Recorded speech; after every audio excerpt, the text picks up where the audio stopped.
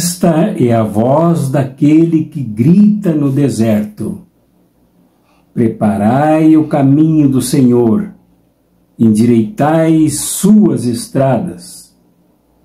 Foi assim que João Batista apareceu no deserto, pregando o batismo de conversão para o perdão dos pecados.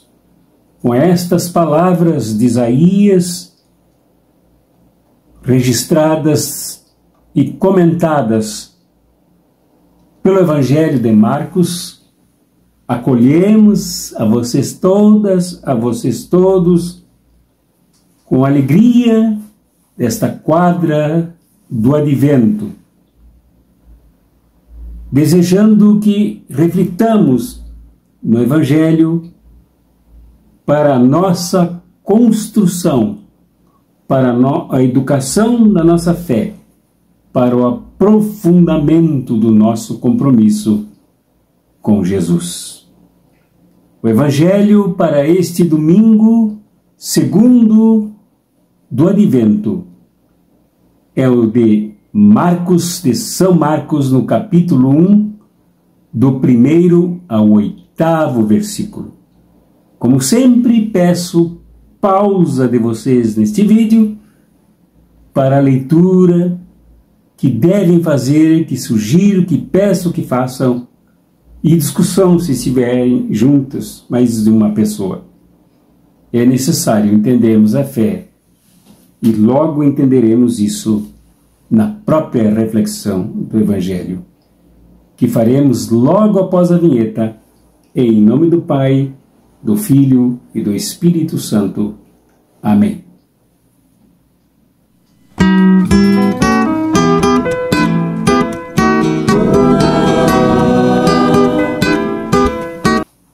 Apesar dos ruídos, dos coloridos das iluminárias, das árvores circundadas por muitas lâmpadas,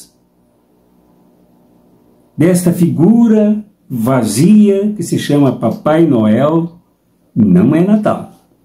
Nós não estamos no Natal.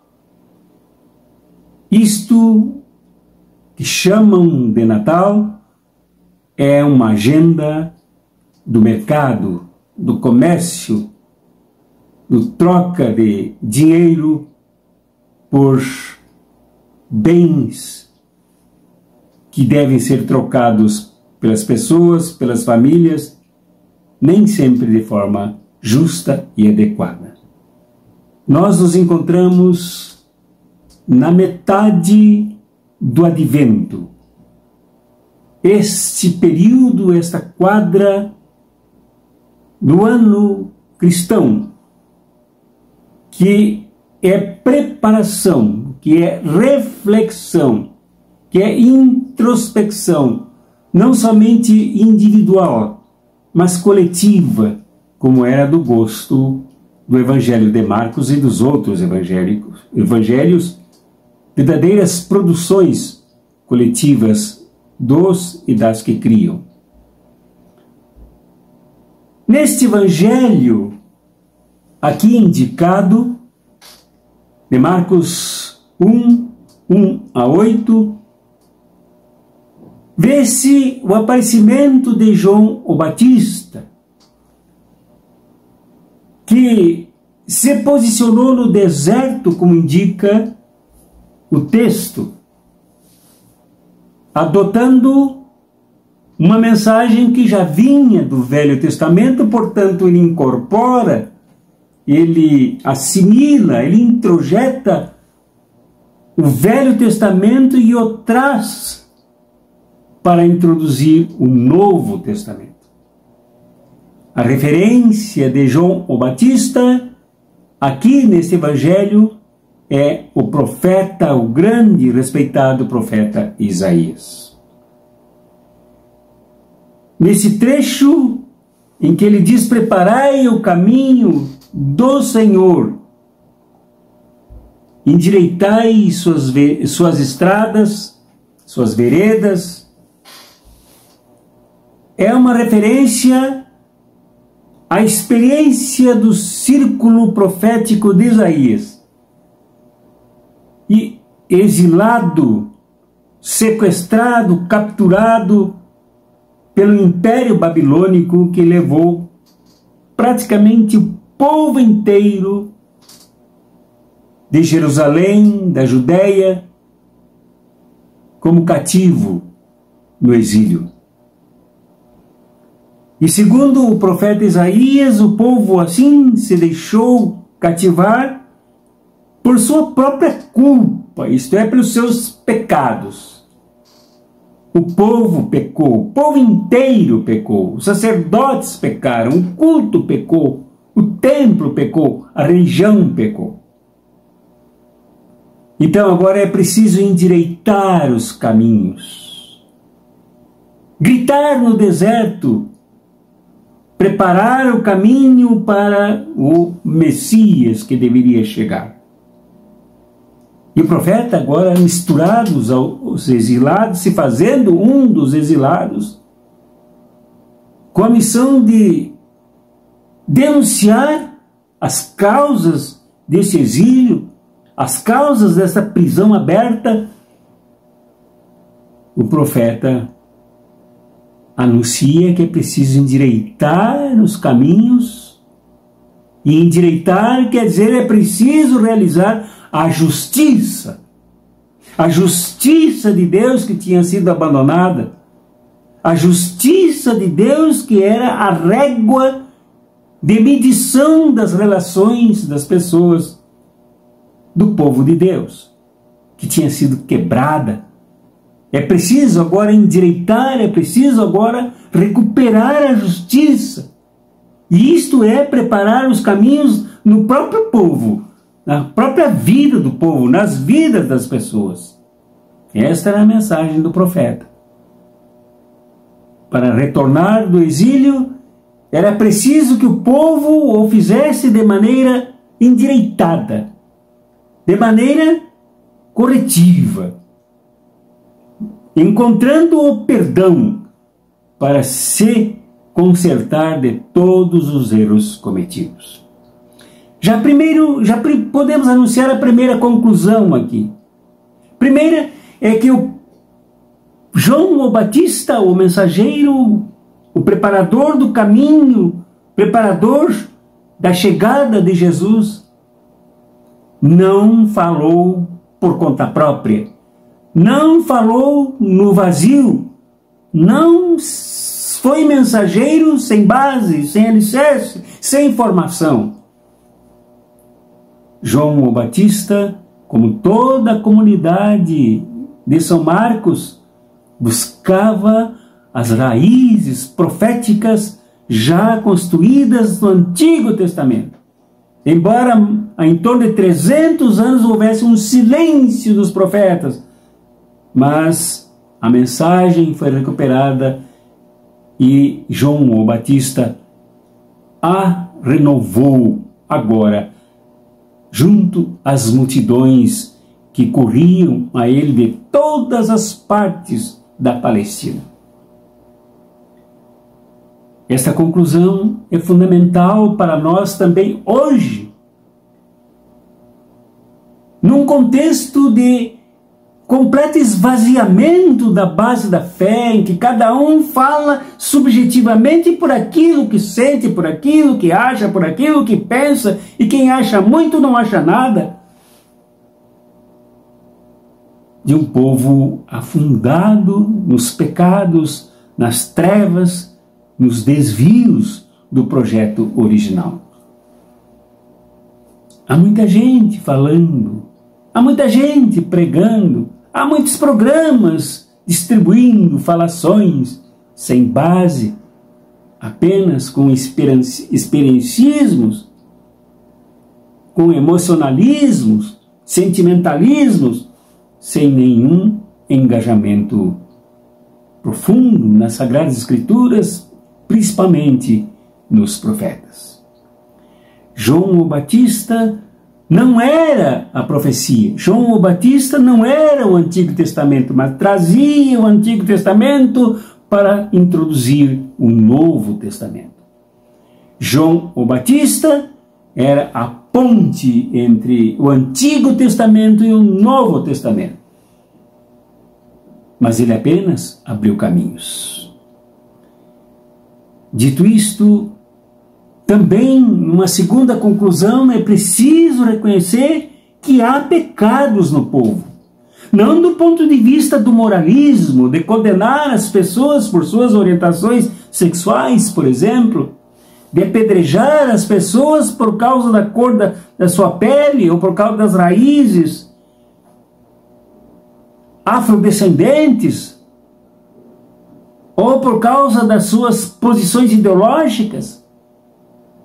Não é isto. O pecado é desvio do objetivo, da meta. O grande pecado do povo sequestrado, exilado na Babilônia, era o de ter se desviado do projeto do êxodo, do projeto aquele que demandara ao povo uma longa caminhada educativa até chegar na terra prometida e ser um povo prometido permanentemente no encontro com o Messias. Quando o povo se desviou, com as alianças com os opressores, com os persas, com os babilônios, com os helênicos, com os romanos, o povo se desviou a partir de cima da sua elite desviante, perversa, pecaminosa, afundou o povo no exílio.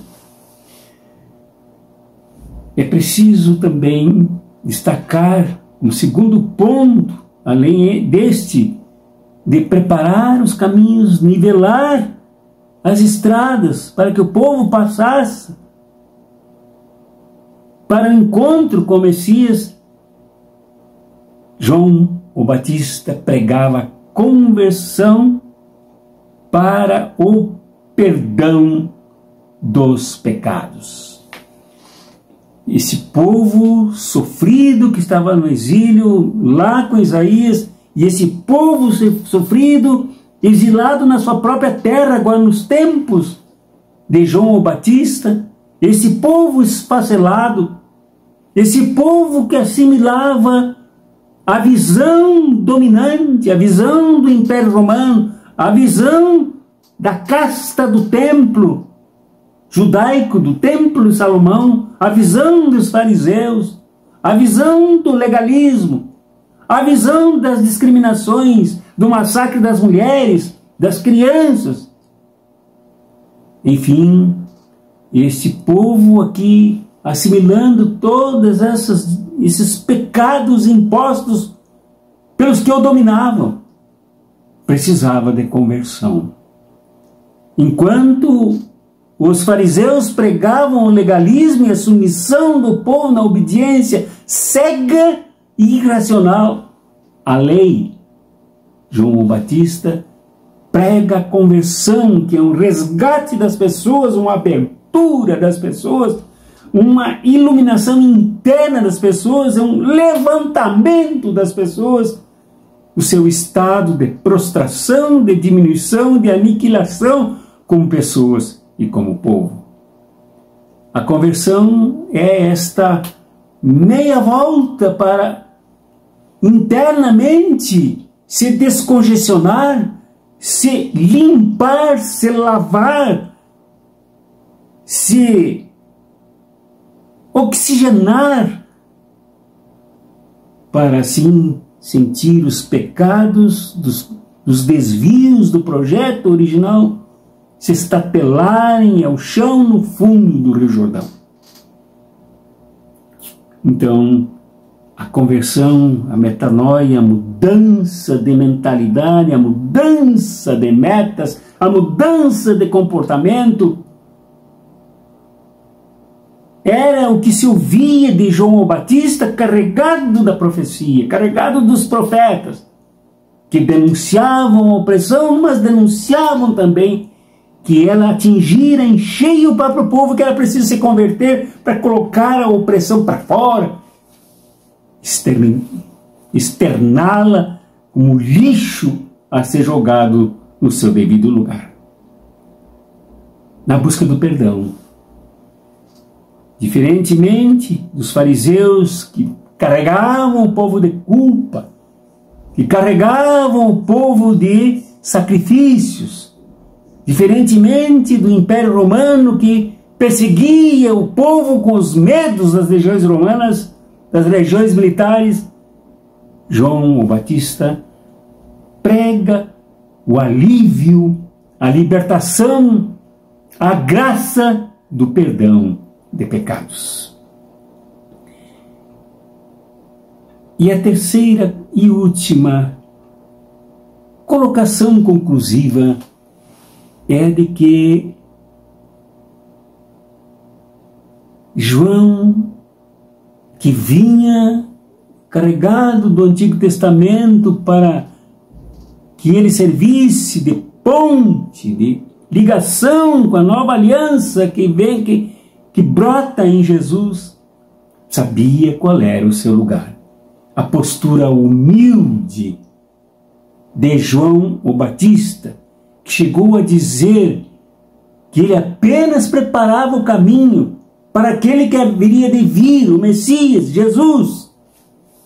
Embora não cite o nome de Jesus aqui, para ser mais forte do que ele e para batizar com o Espírito Santo. Com esse sopro da nova realidade, com esse sopro da nova humanidade, da nova criação, um sopro revigorante e transformador, que é o Espírito Santo. Sopro divino, sopro do reino, o sopro da nova realidade que haveria de despontar com a chegada de Jesus. Aqui, João se colocando no seu devido lugar de preparador, de mensageiro que grita no deserto, que reúne multidões, que batiza, que perdoa, que dá um programa, como diz Lucas, um programa de vida para as multidões. João, aqui, se diz como alguém que não quer ser mais do que um escravo indigno de desamarrar as sandálias dos pés daquele que viria, de Jesus. Uma lição de humildade, uma lição difícil, uma lição da mais alta dignidade, uma lição de fé, uma lição esquecida, uma lição que precisa ser recuperada, pois a gente vê muita gente aí pelas igrejas que respiram ar novo, uma experiência comunitária, daqui a pouco começa a encher-se de vaidade, encher-se de arrogância, encher-se do sentido de que é maior do que os outros, que as outras pessoas, para humilhar os outros, falar mal dos outros, julgar as outras pessoas. As igrejas estão cheias de pessoas anti-atitude balizadora de João o Batista. Muitas, inclusive, se sentem superiores ao próprio Jesus. Tem gente orando por aí e dizendo: eu te ordeno, Senhor. Gente que se sente acima do próprio projeto messiânico anunciado por João o Batista. Em outros ambientes, nas famílias, quando um homem se sente superior à mulher, logo ele é timbrado como machista no seu comportamento, porque ele humilha, porque ele desconhece as qualidades humanas de uma mulher emancipada, de uma mulher liberta. Quando o irmão se sente superior aos outros, ele começa a fazer avaliações quanto a que parte lhe cabe nos bens materiais da família e, se não cuidar, ele dá botes, ele golpeia. É isso que dá as pessoas se sentirem acima dos seus lugares, lugares dignos, lugares honrados, lugares éticos. O João o Batista não foi assim. Ele sabia a importância de ser o mensageiro preparador do caminho. Mas ele sabia que ele não era o Novo Testamento. Ele sabia que não era o Messias. Ele sabia que não era o reino de Deus. Ele sabia o seu lugar, a importância da sua tarefa e não mais do que a sua tarefa. Esta é uma mensagem importante para nós. Em qualquer mundo das nossas relações, eu citei aqui a família, podia citar o trabalho, quando pessoas começam a se sentir superiores, como dizia o filósofo Hegel, quando o escravo começa a aspirar ser senhor para escravizar outras pessoas, ele se torna um endemoniado, ele se torna um tirano, tanto quanto é o seu chefe e seu patrão.